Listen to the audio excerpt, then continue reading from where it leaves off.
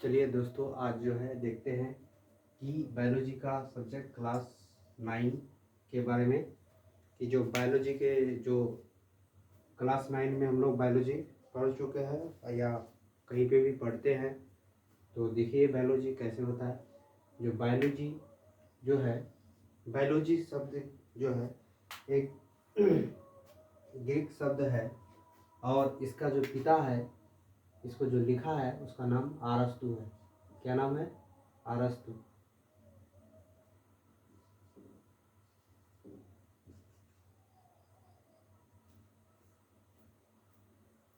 इसका जो पिता है अरस्तु है। कौन है? अरस्तु। तो अरस्तु ने जो है सिर्फ जो है जंतु विज्ञान ही मैंने लिखा था, लेकिन एक भारतीय वैज्ञानिक था जिसका नाम जगदीश चंद्र बसु ने एक मशीन बनाया था, उसका नाम था केस्कोग्राफी मशीन।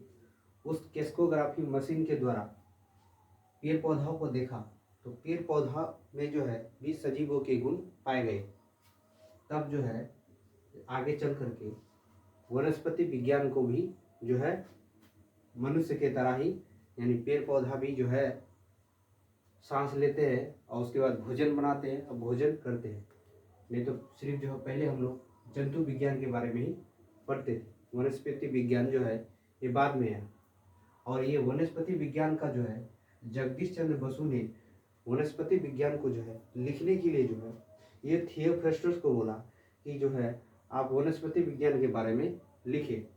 तो वनस्पति विज्ञान के बारे में लिखा, और एक वनस्पति विज्ञान के बारे में लिखने के बाद हम लोग आज वनस्पति विज्ञान का अध्ययन करते हैं। तो वनस्पति विज्ञान का जो जनक हो गया थियोफ्रेस्टस है, और थियोफ्रेस्टस को ये बात लिखने का जो आदेश दिया था जगदीश चंद्र बसु ने दिया था। और आगे चल करके जो है बायोलॉजी का दो भाग हुआ, एक हुआ जंतु विज्ञान और एक होता वनस्पति विज्ञान। जंतु विज्ञान का पिता स्वयं जो है अरस्तु ही था, और वनस्पति विज्ञान का पिता थियोफ्रेस्टस था। उसके बाद जगदीश चंद्र बसु ने इसे जो है केस्कोग्राफी मशीन में ये करने के बाद जो है वनस्पति विज्ञान के पिता बना दिया। वो वनस्पति विज्ञान का प्रयोग हुआ। उसके बाद जो है बायोलॉजी में सबसे पहला पार्ट आता है सेल, क्योंकि सबसे छोटा भाग जो है हम लोग का शरीर का सेल है, यानी कोशिका। कोशिका जीवन की संरचनात्मक और क्रियात्मक इकाई है। प्रत्येक मनुष्य का शरीर जो है कोशिकाओं का बना होता है। और कोशिका जो है एक कोशिकीय होते हैं कुछ, और कुछ जो है बहुकोशिकीय होते हैं। उसके बाद जो है कुछ एक कोशिकीय जीव है, जैसे शैवाल, हरित शैवाल, कनिडा, मैडोमोनस, यूग्लिना, पैरामीशियम, ये सब जितना भी है ये कोशिकीय जीव है। ठीक है। उसके बाद देखिए एक कोशिकीय जीव है। उसके बाद जो है अब देखना ये है कि कोशिका का खोज कौन किया था। तो कोशिका का जो खोज किया था उसका नाम था रॉबर्ट हुक। लेकिन ये रॉबर्ट हुक जो है मरा हुआ कोशिका का खोज किया था। रॉबर्ट हुक ने मरा हुआ कोशिका का खोज किया था। उसके बाद जो है जो मरा हुआ कोशिका को है हम लोग नेक्रोसिस बोलते हैं। जिस तरह से आदमी मर जाता है, मरे हुए शरीर को डेड शरीर या डेड बॉडी बोलते हैं, उसी तरह जो है मरे हुए शरीर को, कोशिका का मरे हुए शरीर को नेक्रोसिस बोलते हैं। और ये जो रॉबर्ट हुक है ये मैंने इसका मतलब हुआ कि ये जो है रॉबर्ट हुक ये मरा हुआ कोशिका का खोज किया। तो रॉबर्ट हुक का एक दोस्त था, उसका नाम था ल्यूवेनहॉक। इसका पूरा नाम था एंटोनी वैन लीवेनहॉक, इसी गांव का था। ये ल्यूवेनहॉक जो है रॉबर्ट हुक के पास गया और कहा, देखा दोस्त, तुमने जो है मैंने कोशिका का खोज कर लिया, और हमको भी कुछ ऐसा तरीका बताओ ताकि हम भी कुछ नया चीज़ कर सके, खोज कर सके। तो ल्यूवेनहॉक ने जो है रॉबर्ट हुक ने उसको अपना जो कोशिका का खोज किया था उसको दिया, और उसी को जो है रिसर्च किया, लेकिन कोई रिजल्ट नहीं निकला। बाद में ये अपना पूरा तन मन लगा दिया और आगे चलकर ये जीवित कोशिका का खोज किया। इसी का गाँव का था ल्यूवेनहॉक, जीवित कोशिका का खोज किया। उसके बाद जो है तब जीवित कोशिका का खोज किया। इसका पूरा नाम एंटोनी वैन लीवेनहॉक है। उसके बाद उसी का लीवेनहॉक साइंटिस्ट बन गया। उसके बाद तीसरा आदमी है, इसी का गांव का था स्लाइडन और स्वान, ये दोनों एक साथ में घूमता था। तो ये लोग सोचा कि जो लीवेनहॉक बन गया, रॉबर्ट हुक साइंटिस्ट बन गया, बचे हम तो स्लाइडन और स्वान ने कहा, स्लाइडन और स्वान दोनों मिलके गया ल्यूवेनहोक के पास, और ल्यूवेनहोक को बोला कि आपने कैसे जो है मैंने जीवित कोशिका का खोज किया, और रॉबर्ट हुक से भी मिला। तो ल्यूवेनहोक ने बोला कि बहुत मेहनत करने के बाद जो है हमने जीवित कोशिका का खोज किया। और तब स्लाइडन और स्वान ने जो है वो जीवित कोशिका को लिया, उसके बाद अपने प्रयोगशाला में लेकर उसमें प्रयोग करने लगा। प्रयोग करते करते ये लोग जो है, ये लोग को भी कुछ ना कुछ मिल गया नया चीज़। तब ये लोग जो है कोशिका के बारे में गहन अध्ययन किया, जीवित कोशिका के बारे में, और ये लोग बताया कि दुनिया में जितने भी जीव है, प्रत्येक जीव का शरीर कोशिकाओं का ही बना होता है। और कुछ ऐसे जीव होते हैं जो एक कोशिका का बना होता है, कुछ ऐसे जीव होते हैं जो बहुकोशिका का बना होता है। तो ये लोग स्लाइडन और स्वान ने कोशिका का सिद्धांत दिया। इस सिद्धांत में बताया कि प्रत्येक जीव का शरीर एक कोशिका बहुकोशिकाओं से मिलकर के बना है।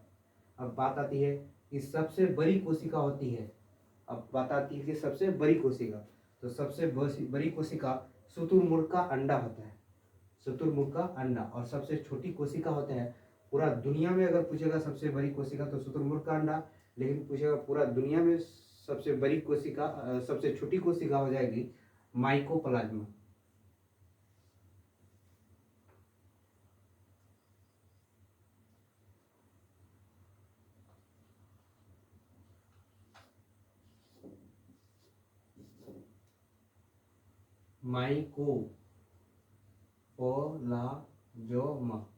माइकोप्लाज्मा माइकोप्लाज्मा ओवरऑल जो है सबसे छोटी कोशिका होती है। लेकिन पूछेगा मानव में सबसे बड़ी कोशिका, तो होता है स्त्री का अंडाणु, स्त्री का अंडाणु, स्त्री का अंडाणु। उसके बाद जो है मानव में अगर सबसे छोटी कोशिका पूछेगा, पूरा दुनिया में पूछेगा तो शुतुरमुर्ग का अंडा लगाना है। अब पूरा दुनिया में सबसे बड़ी कोशिका पूछेगा शुतुरमुर्ग का अंडा, और पूरा दुनिया में सबसे छोटी कोशिका तो हो जाएगा माइकोप्लाज्मा। लेकिन पूरा इसमें स्त्री में सबसे बड़ा कोशिका, मैंने मानव में सबसे बड़ा कोशिका तो स्त्री का अंडाणु, और मानव में सबसे छोटी कोशिका होता है एस्पर्म यानी शुक्राणु। ये सबसे छोटी कोशिका होती है। मानव में सबसे छोटी कोशिका शुक्राणु यानी एस्पर्म होती है। यहाँ तक समझ में आ गया? अब आगे बढ़ते हैं, स्क्रीनशॉट ले लीजिएगा।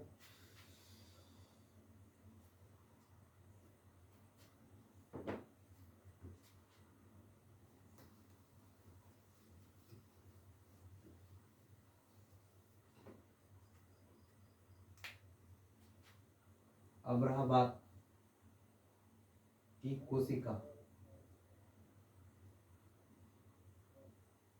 कोशिका दो तरह का होता है, अभी बताए नहीं बताए तो देख लीजिए। कोशिका दो प्रकार की होती है, एक होता है जंतु कोशिका,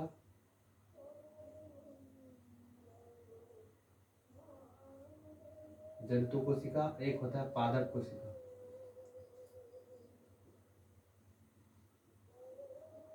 इसमें कुछ भिन्नता यानी अलग अलग क्वालिटी पाई जाती है, तो इसके बारे में जानते हैं। सबसे पहले हम लोग जंतु कोशिका के बारे में पढ़ेंगे, फिर उसके बाद पादप कोशिका के बारे में पढ़ेंगे, क्या अंतर है इसके बारे में पढ़ने के बाद पूरा डिटेल हो जाएगा। तो जंतु कोशिका के बारे में पढ़ते हैं। चलिए देखिए, मान के चलिए ये जो है जंतु कोशिका के बारे में, ये जो कोशिका है, इसका कोशिका का ये बाहरी दीवार है,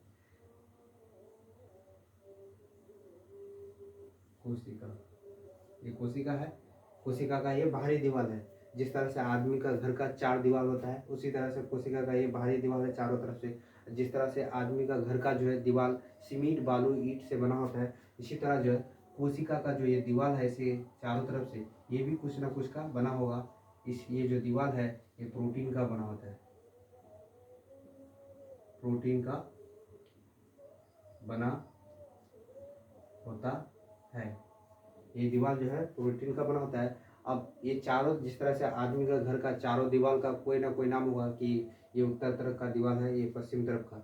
इसी तरह जो कोशिका का जो ये चारों तरफ से ये जो घिरा हुआ दीवार है, इस दीवार का नाम है कोशिका झिल्ली, कोशिका झिल्ली।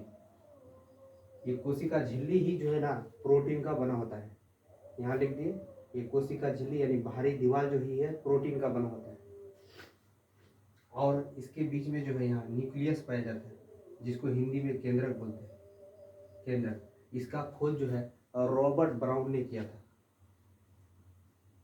रॉबर्ट ब्राउन ने किया था, रॉबर्ट ब्राउन ने किया था। इसको याद रखना जरूरी है। कैसे याद रखिएगा, जिस तरह से आम खाइएगा, आम के बीच में गुठली होता है और गुठली जो है भूरा रंग का होता है, और भूरा को इंग्लिश में ब्राउन बोलते हैं, इसलिए जो रॉबर्ट ब्राउन एक, और केंद्रक के अंदर में एक पानी पाया जाता है जिसे केंद्री का द्रव पाया जाता है, जिसे केंद्री का द्रव कहते हैं। और इसमें बहुत सारे ऐसे वस्तु पाए जाएंगे जो डीएनए, आरएनए, उसके एडेनिन, थायमिन, गुआनिन, साइटोसिन, उसके बारे में भी आगे बताएंगे। तो इतना तक रहने दीजिए। अब यहाँ देखिए, केंद्रक का जो खोज किया रॉबर्ट ब्राउन ने किया था।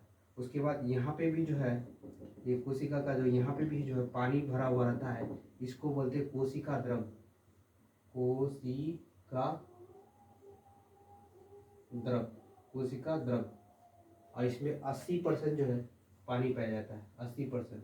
और इस कोशिका द्रव में बहुत सारे ऐसे जो पहले से वस्तु मौजूद रहते हैं, और वो सब के बारे में जाएंगे। इस कोशिका द्रव में बहुत सारे ऐसे वस्तु पाए जाते हैं जो बहुत ही जानना जरूरी है। सबसे पहले आ जाता है माइक्रोकुंडिका। ये माइक्रोकुंडिका कोशिका द्रव में ही पाया जाता है। ये माइक्रोकुंडिका, माइक्रोकुंडिका, इसका खोज जो है ऑल्टमैन ने किया था, ऑल्टमैन ने किया था। इसका खोज, माइक्रोकुंडिका का खोज ऑल्टमैन ने किया था। और माइक्रोकुंडिका कोशिका के अंदर में शोषण का काम करती है, यानी सांस लेने का काम करती है, सब जगह वो ऑक्सीजन पहुंचाने का काम करती है। तो माइक्रोकुंडिका देखने में थोड़ा ऐसे लगता है, पूरा तो हम इसके आर्टिस्ट है नहीं, तो जैसा बन रहा है उसको ये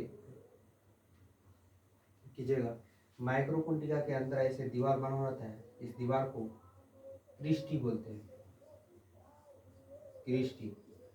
माइक्रोकुंडिका का पूछेगा कि आंतरिक दीवार को क्या बोलते हैं, क्रिस्टी। और माइक्रोकुंडिका जो है ये ऑक्सीजन जो पहुंचा रहा था, तो इसका कहना है कि हम जो है पैदल ऑक्सीजन किसी को नहीं पहुंचाएंगे, तो इसको साइकिल दिया गया, और ये साइकिल लेके शरीर के हर जगह में ऑक्सीजन पहुंचाने का काम करता है। और इस साइकिल का नाम हुआ Krebs cycle, Krebs cycle, cycle. माइक्रोकुंडिका के अंदर में क्रेब्स साइकिल चलता है, और क्रेब्स साइकिल जो है ऑक्सीजन बनाता है। ये 38 एटीपी लेकर के, 38 एटीपी यानी एडिनोसिन ट्राईफॉस्फेट लेकर के एक ग्लूकोज का निर्माण करती है, ग्लूकोज का निर्माण करती है। तो इस तरह से हुआ। ठीक है, नेक्स्ट क्लास में बताया जाएगा।